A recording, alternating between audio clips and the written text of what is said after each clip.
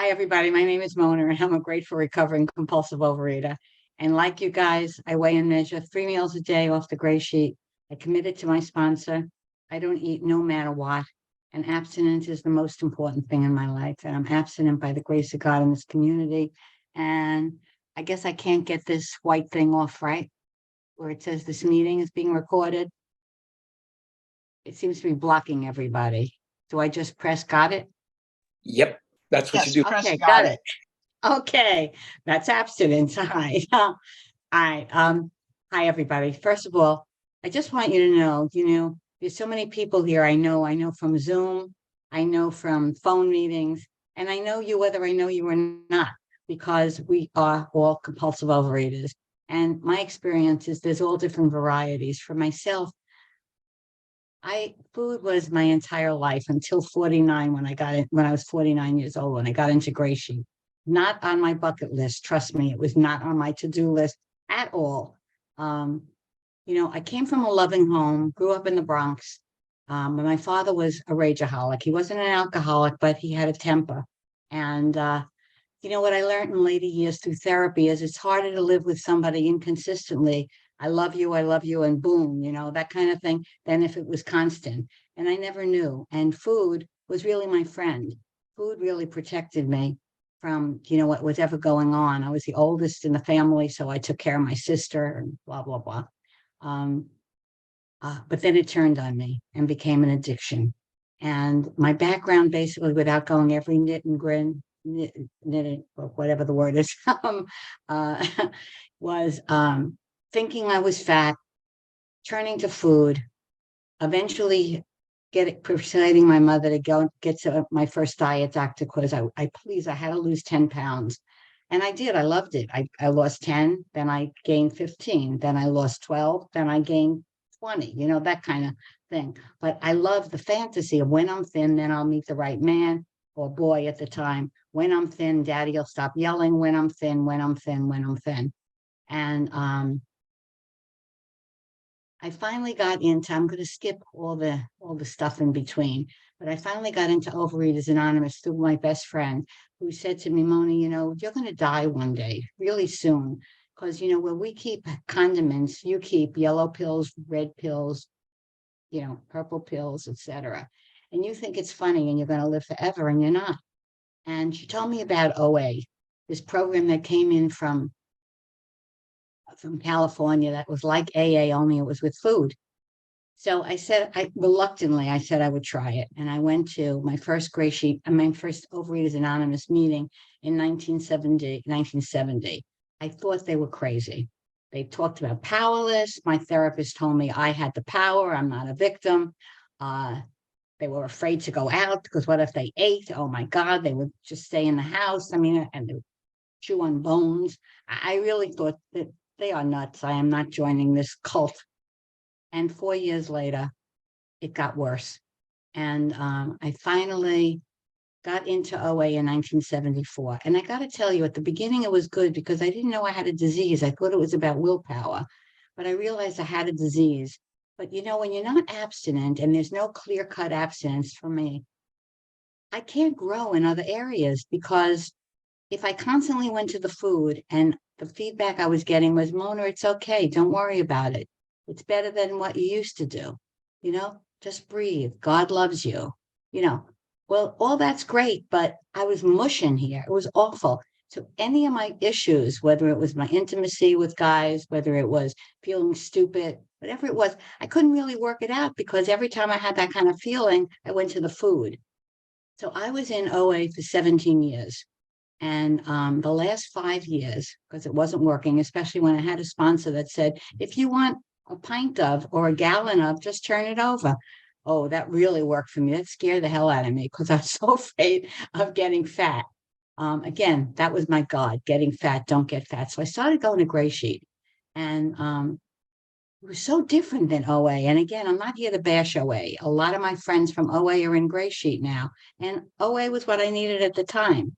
But there was like a clarity in the rooms with Gray Sheet. There was, you don't eat no matter, my mother died, but don't eat no matter what. My husband, we got divorced, we didn't eat no matter what. We're getting married, we didn't eat no matter what. It was totally different. but I didn't think I was that bad and I needed the scale. And Gray Sheet was wonderful. They let me share. They never said, Mona, you're in OA. You're not in our program. You can't raise your hand. I raised my hand every meeting, but I didn't join. And I was fine. I always was welcomed. And I have one friend that was really great. She kept slipping, not slipping in OA. We say you lose your abstinence, in Gray Sheet rather. And she kept picking up. She'd have 10 days and pick up. I was thrilled because it showed that it didn't work. And that's what I wanted proof of, that Gray Sheet doesn't work. And then she started getting time. And that was not good news for me. We laugh about it today. Anyhow, I am such a proponent of God in my life because it was February 22nd, 1991. I was coming home from the Garment Center. I was a teacher for 15 years, and then I got into the Garment Center. Really hard. It was really hard. Both were very hard. And I knew I needed a step meeting in AA. So I was on my way to an AA meeting, but I ended up at a Gray Sheet meeting. And that was really weird. I was not going to a Gray Sheet meeting, I swear. AA was on 63rd Street. I was now living in Manhattan. And 74th Street was the Gray Sheet meeting. Anyhow, I got there and I loved, as I said, Gray Sheet meetings. But this time I really didn't. It was like, they are crazy. They eat these fried something in the Chinese restaurant. They're going to all have heart attacks. All they talk about is food. The speaker is chewing so much gum, her teeth are going to fall out. I mean, I was like, blah, blah, blah, blah, blah, blah. And the person next to me said, Mona, maybe God wants you to be at this meeting for some reason and you never have to come back again. Well, as long as I never had to go back again, that was fine with me. The person next to me also said, I'll sponsor you if you want. You weigh and measure at home, but when you're out, you know, with exception. So I thought I beat the system. Ha. I don't have to do Gray Sheet. I don't have to do OA where there was no boundaries. I got the perfect solution. And then the speaker spoke, and it was my story, as you all know. You know, she was on the diet pills. It was my story, especially when she got to pregnant women's urine shots, because I had those also. And at the end of the qualification, someone in Gray Sheet came over to me and said, Mona, how are you doing? And I said, I'm actually really good because the person next to me is going to sponsor me with exception. She said to me, and nobody ever did this. I bless her to this day, and she knows who she is, and I love her. She said, Mona, you've been visiting us long enough. If you want what we have, you have to do what we do. And she pulled over the speaker who sponsored me overnight. And that night I had two clucks, 2 cups of, 1 cup of, and 3 tablespoons of fat. And all of a sudden I realized there was no noise. There was no, should I have a little more? Don't go in the refrigerator. Go in the refrigerator. It was quiet. I couldn't believe it. My whole life, 49 years old, I had conversations in my head. It was no wonder I had headaches all the time. It was awful. I always had a smile on my face, but I was dead inside. And I didn't know it. And all of a sudden, I remembered AA meetings. They didn't say my father died, I drank a little beer, no scotch. They either drank or they were drunk, you know? And it all came together. And the next day I got a sponsor. And she sponsored me in a way. She just wanted me to have a strong foundation, which I bless her for. What's for breakfast? What's for lunch? What's for dinner? You go to your meetings, you figure it out. 90 meetings in 90 days. Raise your hand at every meeting. If God doesn't want you to be called on, you won't be. Don't leave with a resentment. Speak to somebody else. Take 3 new numbers. You know, it was really the foundation. She wouldn't let me sponsor for the first year because I sponsored for 17 years in OA. I followed whatever she said. And let me tell you, here I am 32 years later, Gray Sheet abstinence, 32 years. Thank you. And, you know, growing up in Gray Sheet is really growing up. It is not easy, but it's doable. And I say it's not easy because I have to get to meetings to remind me I have a disease that tells me I don't have a disease. And if I don't go to meetings, I don't see what happens to people, thank you, who didn't go to meetings. Thank you, Stacy. My 14th year, by the way, I called my sponsor. I was qualifying the next day. It was a Friday. I was qualifying at the Saturday meeting for my 14 years. And I was going to thank everybody. I love Gray Sheet. I love them, but I face my fears in life, and I'm going to face my fears with food. So I have to leave. Well, what I really suggest is if you have any of those thoughts, don't follow them. Share it with your sponsor, because he wouldn't let me off the phone for 1 hour until we finally, didn't even work that he said, look at what happened to people who left. Most of them don't get back. It's when he said, let's go through a day. And I went through a day. And when I got to the evening where I'm in a seminar and I come home 11:15, now I'm not in Gray Sheet. Well, should I have a fruit? Or maybe I won't have anything. Or maybe I'll just have a piece of salad. Or maybe, and I said, oh my God, I didn't have the noise in my head for all these years, 14 years. And thank God I surrendered. And as I said, it's now 32 years. All my fears, traveling, whatever, 12 years ago, not 12 years ago, in 2012, I'm still traumatized by it. I was run over by a car. And when I came to, and they thought I would die, I was at Weill Cornell.